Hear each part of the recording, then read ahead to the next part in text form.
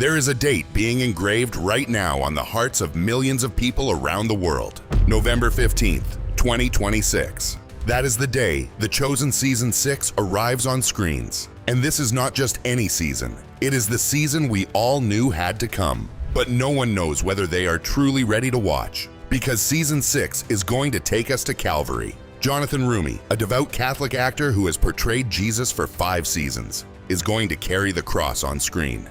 Dallas Jenkins, a Protestant director who, alongside him, has built the most watched Christian series in history, is going to film that moment.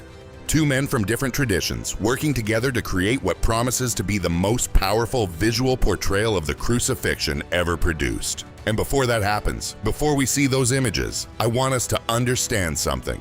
What happened at Calvary was not a dramatic scene. It was an execution, designed with precision to inflict the greatest possible suffering for the longest possible time.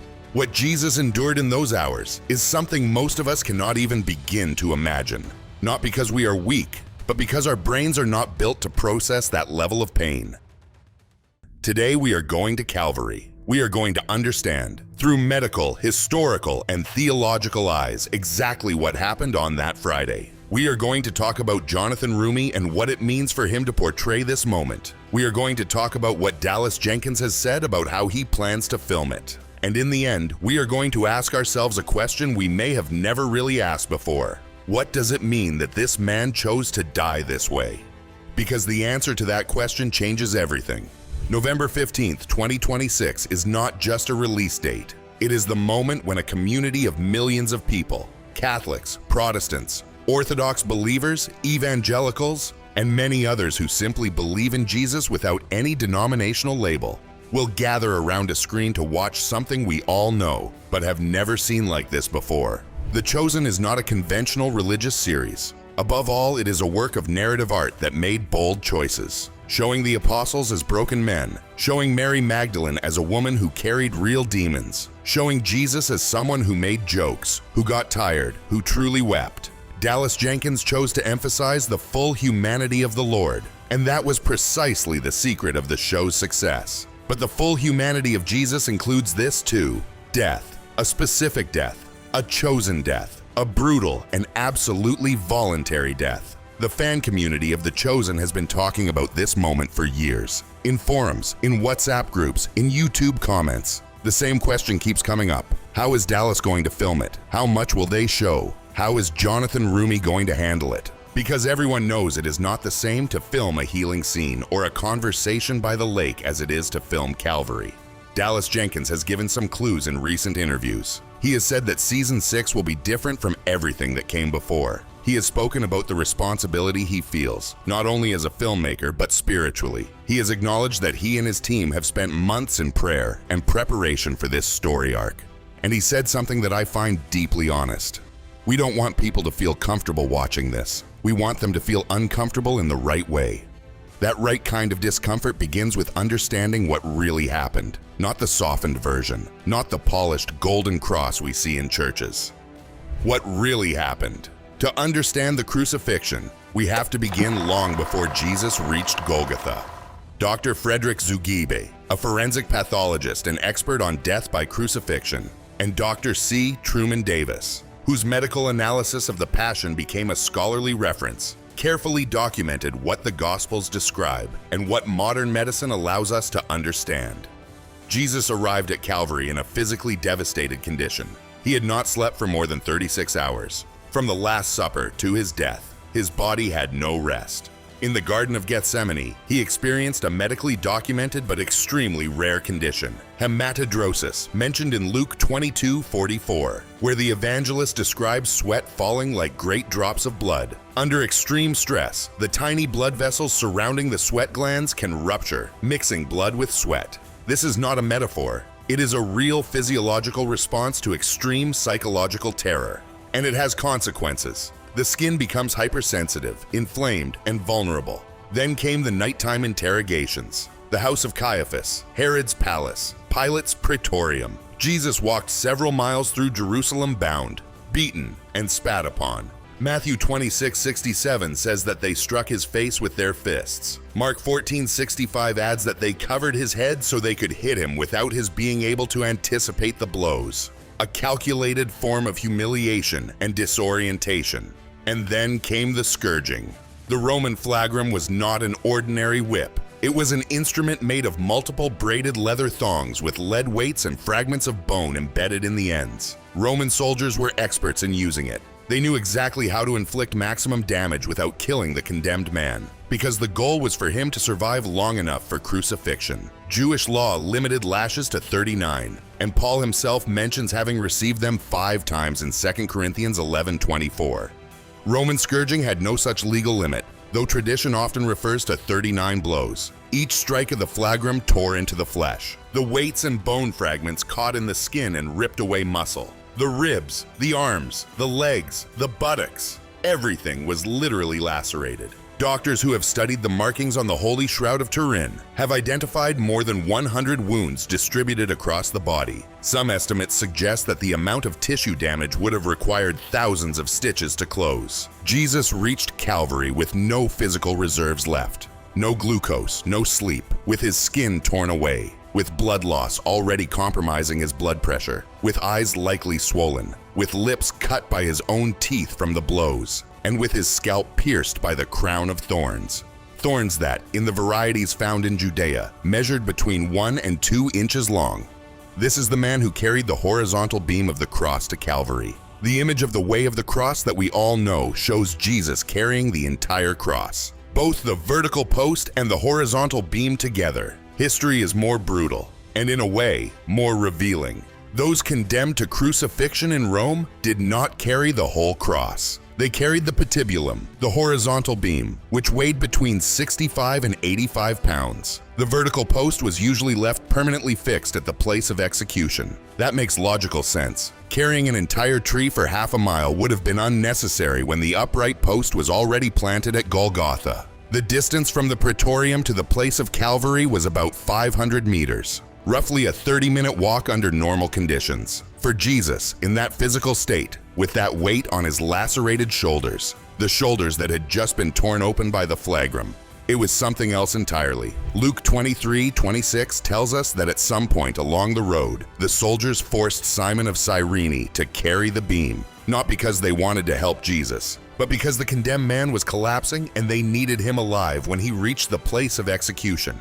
The crown of thorns deserves special mention. It was not a decorative accessory. It was an instrument of torture designed for mockery and pain at the same time. The scalp is supplied by a dense network of blood vessels. When thorns pierce that tissue, the bleeding is profuse and difficult to control. Doctors who have analyzed the Passion point out that Jesus must have arrived at Calvary with his face literally covered in dried blood, mixed with the dust of the road. At that moment, that exact moment, with that exact body, he reaches the place where they are going to kill him. Roman crucifixion was designed with a precise purpose: to kill slowly, publicly, and with maximum deterrent effect. It was not just a death sentence, it was a message. This is what happens to anyone who challenges Rome. The nails were not driven through the palms of the hands, as Christian imagery has shown for centuries. The tissue in the palm would not support the weight of the body. It would tear. The nails were driven through the wrists, specifically through the space of destote, between the carpal bones. There, the tissue is stronger, and importantly, the median nerve passes through that point, one of the main nerves of the arm. When the nail compresses or severs it, the pain, according to physicians, is indescribable. A shock of agony like an electric current shooting through the entire arm. The same happened with the feet. A single nail was driven through both feet, one over the other, fixing them to the vertical beam. The plantar nerve, also affected, produced the same kind of pain. But death by crucifixion did not come primarily from pain. It came from asphyxiation. In the hanging position, with the arms extended at an angle of about 65 to 70 degrees, the intercostal muscles became fixed in the position of inhalation. The victim could inhale passively, but to exhale, he had to push himself up on the nails in his feet, using the muscles of his legs to allow the diaphragm to relax. That movement, pushing up on the nails in the feet, while the nail in the wrists tore through tissue with every motion, was the cost of each breath. Over time, the leg muscles became exhausted. The body could no longer push upward. Breathing became increasingly shallow. Carbon dioxide built up in the blood, and the victim slowly died of hypercapnic asphyxiation.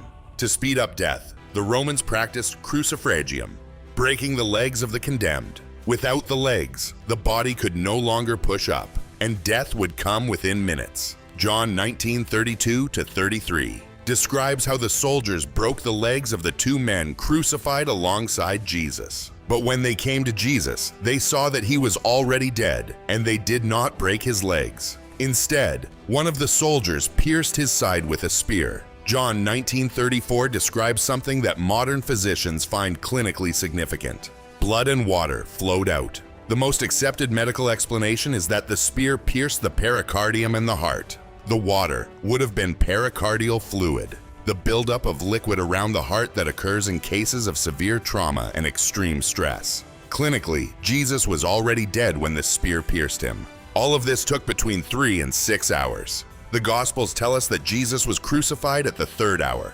around 9 o'clock in the morning, according to Mark, and died at the 9th hour, around 3 o'clock in the afternoon, 6 hours. A young, healthy man at the peak of his life died in 6 hours. Physicians note that this is relatively fast for a crucifixion. Victims sometimes survive 2 or even 3 days. Jesus' prior physical condition, the hematidrosis, the scourging, the blood loss, had already so severely compromised his body that the process was accelerated. In the midst of all this, the physical pain, the progressive asphyxiation, the exhaustion, Jesus spoke 7 times. This is something that physicians who study crucifixion find extraordinary. From a clinical standpoint, in the physical condition Jesus was in, speaking required a superhuman effort. Every word required air. Every breath of air required pushing up on the nails. Speaking was not just communication, it was choosing pain. Father, forgive them, for they do not know what they are doing. Luke 23:34. The first word from the cross is an act of intercession for his executioners. Not resignation, not complaint, active intercession. Today you will be with me in paradise. Luke 23:43. To the man crucified beside him, who had asked to be remembered, Jesus, in his moment of greatest vulnerability, is still administering grace. Woman, behold your son, behold your mother. John 19:26-27. Arranging care for his mother before he dies, thinking of others with nails in his wrists. My God, why have you forsaken me? Matthew 27:46. The opening words of Psalm 22, a psalm that describes the anguish of the righteous before God, but ends in trust and victory. Jesus was not improvising a complaint. He was praying, a sacred text his Jewish audience would immediately recognize, pointing toward his own resurrection. I thirst. John 19:28, the most human of all, the body speaking what is true. It is finished. John 19:30, not I'm done, not I can't go on. Tetelestai in Greek, the word used in commerce when a debt had been fully paid. No debt remains, nothing is lacking. It is finished. Father, into your hands I commit my spirit. Luke 23:46, the final word. And then, according to the Gospels, Jesus breathed out his spirit. He actively gave up his life. This is the part that physicians find most perplexing. From a purely clinical standpoint, Jesus did not lose consciousness before dying, as was typical in crucifixions. He remained lucid until the very end. And Luke's phrasing, he gave up his spirit, he breathed out, suggests a voluntary act, not a passive collapse. John 10:18, where Jesus says, no one takes my life from me, but I lay it down of my own accord, takes on a different dimension here. It is not abstract theology. It is a statement about what we are watching happen at Calvary. Jonathan Roumie has spent 5 seasons portraying Jesus of Nazareth. He has said in multiple interviews that the role has changed him, that he cannot simply step out of the character at the end of the day, that there is something about inhabiting the mind and body of Jesus, even in fiction, even on a film set, that leaves a mark. Roumie is a practicing Catholic. He attends Mass. He has devotion to the Rosary. His faith is not a prop.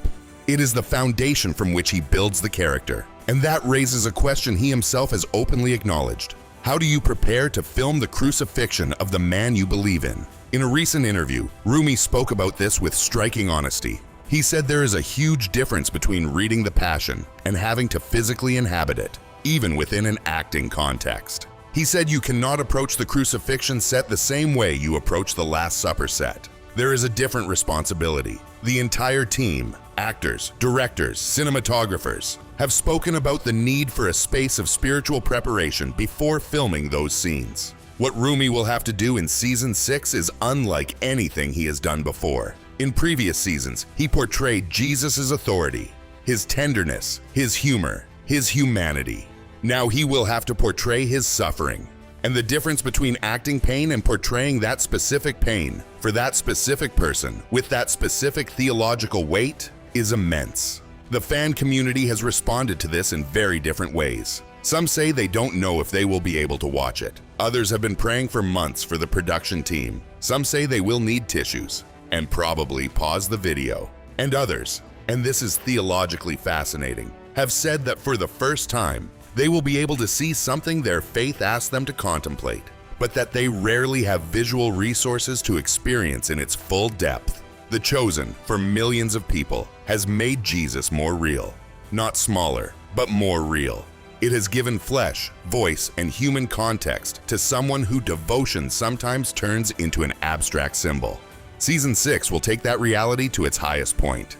Dallas Jenkins is not just a director. He is the architect of a project that has redefined digital evangelization in the 21st century. The Chosen began as a small Christmas short film funded by a local church in Illinois, and it became the most crowd-funded Christian series in history, with over 100 million viewers worldwide. Jenkins is Protestant. Specifically, he comes from an evangelical tradition, and that places him in a very unique position when we talk about the Crucifixion. He is a Protestant director who is going to film the most sacred moment in Catholicism and in Christianity as a whole, with a Catholic actor in the lead role, for an audience that spans every tradition. Jenkins has spoken about Season 6 with a mix of reverence and fear that feels completely genuine. He has said there are scenes he still doesn't know how to film. There are moments in the Passion narrative that leave him creatively paralyzed, not because he lacks ideas, but because the responsibility feels overwhelming. How do we film this without turning it into a spectacle of suffering? That is a question he has asked publicly, and that tension is real and legitimate. The history of Christian art is filled with portrayals of the Passion that fall into one of two extremes. Either they soften the suffering until it becomes bearable, and therefore not fully true, or they exploit it visually until it becomes a spectacle of horror that loses its spiritual meaning. Mel Gibson's film The Passion of the Christ was accused of both at different times, of being too brutal and of reducing theology to emotional catharsis. Jenkins has suggested that The Chosen will take a different path, that it will rely on what has been built over 5 seasons, the emotional connection between the viewer and the characters, that Jesus' crucifixion in The Chosen will hurt, not primarily because of graphic imagery, but because the audience has spent 5 seasons loving this man, because we've watched Peter fail and be forgiven, because we've seen Mary Magdalene set free, because we've seen Thomas doubt and John weep and Matthew learn how to laugh. When that Jesus, that specific Jesus, with that voice, that look, that story built over 5 years, arrives at Calvary, the pain for the viewer will be different than watching an abstract representation. That is what Dallas Jenkins has been building. Not just a series, a relationship.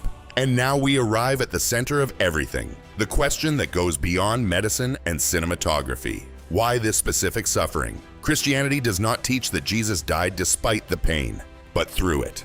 Not that he overcame suffering, but that he fully entered into it. The letter to the Hebrews, probably the most theologically sophisticated text in the New Testament on this subject, says in chapter 4, verse 15, "We do not have a high priest who is unable to sympathize with our weaknesses, but one who has been tempted in every way, just as we are, yet without sin."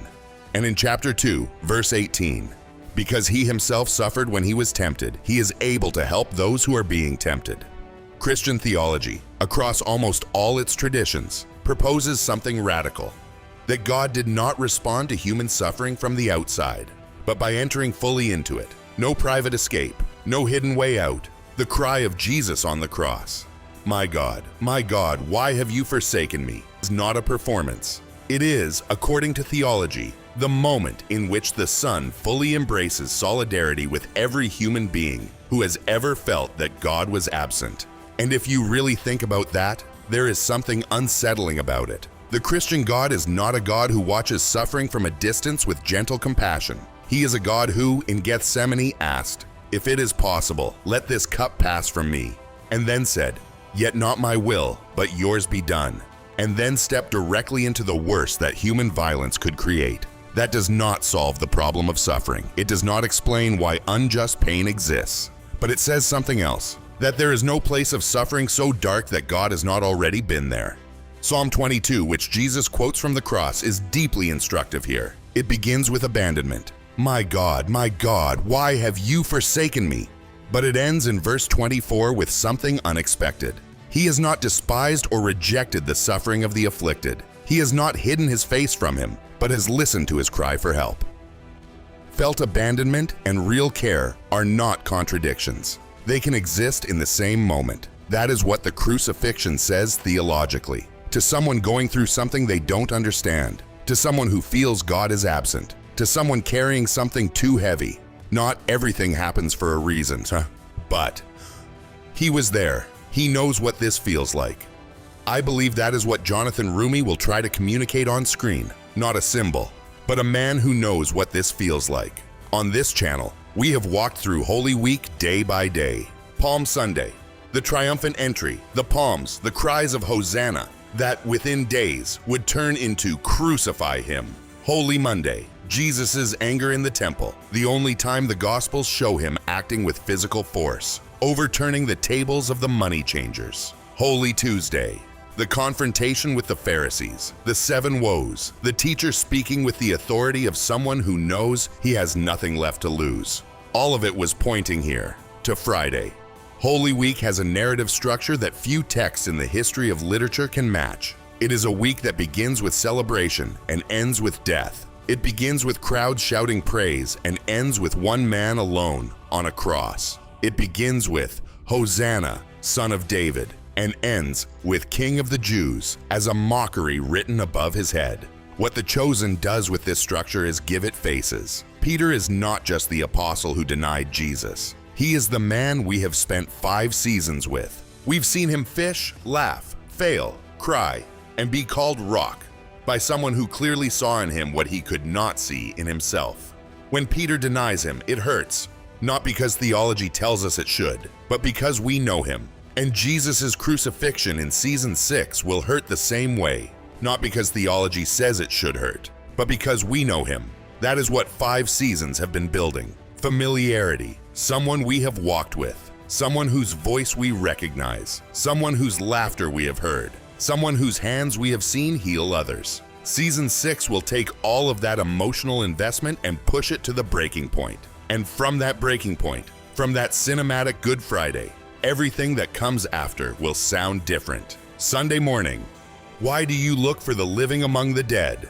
The question that changes everything. Woman, why are you weeping? The Chosen has not ended.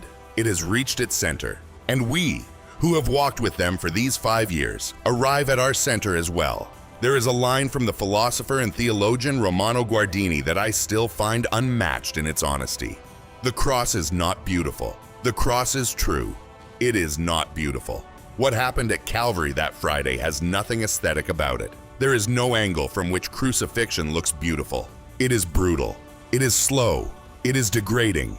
It was designed to humiliate. The Romans created it precisely so that nothing about it would appear redeemable. And yet, 2,000 years later, billions of people wear that symbol around their necks, hang it on the walls of their homes, place it over the coffins of their dead, trace it over their own bodies at the start of prayer. Why not, I think? Because they have grown so used to it that they no longer see it. But because there is something in what happened on that cross that continues to answer something deep in human experience. The feeling that suffering makes no sense. The question of whether anyone truly understands what we are going through.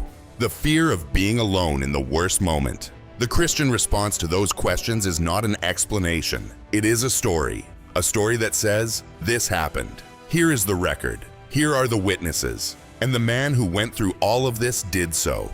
According to that story, voluntarily, out of love, and rose again. You can believe it or not. You can find it unbelievable or transformative. But the story has not lost its power. On November 15th, millions of people will sit in front of a screen and watch Jonathan Roumie carry that beam. We will watch him be nailed. We will hear those 7 words, and each of us will bring to that moment our own story, our own questions, our own burdens. Maybe in the end, that is the real question the crucifixion asks every generation. What do you do with this? Jesus walked to Calvary knowing exactly what awaited him, and he went anyway.